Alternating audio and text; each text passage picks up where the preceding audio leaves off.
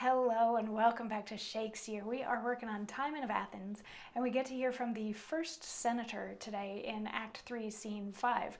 So Act 3, Scene 5, we're hanging out with Alcibiades and these senators on sort of like a subplot that's going to become important later. But the main plot, that Timon has no money and nobody will help him, he's decided that he's going to invite everybody over for a really lavish dinner, and he's got like a plan for that whole thing, which we'll get to hear more about later.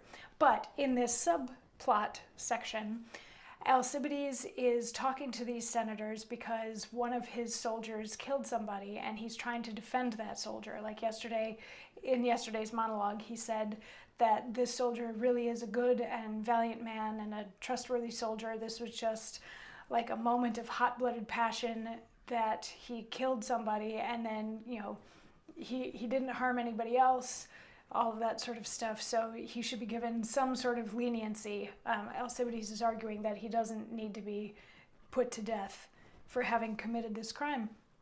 And the first senator responds by saying, "You undergo too strict a paradox, striving to make an ugly deed look fair. Your words have took such pains as if they labored to bring manslaughter into form, and set quarreling upon the head of valor, which, indeed, is valor misbegot, and came into the world when sects and factions were newly born.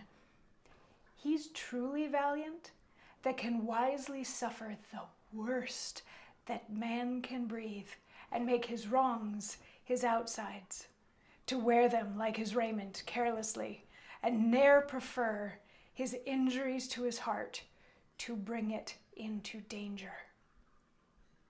If wrongs be evils, and enforce us kill, what folly 'tis to hazard life for ill."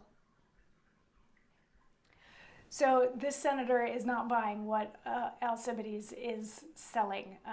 He's like, you're sitting here arguing that manslaughter is okay, which in and of itself is not a valiant move to be arguing for that. And he's like, somebody that can take the ugly parts of him and show them and not care what anybody has to say about it, like that's a man that's really valiant, provided that he doesn't then go and injure other people. If he doesn't take his hatred and all that sort of thing and allow it to dictate his actions, that man is truly the valiant man. So this guy who, through a crime of passion, killed somebody, no, we're not buying it.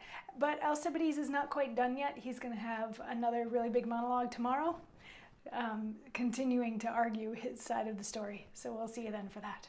Mwah.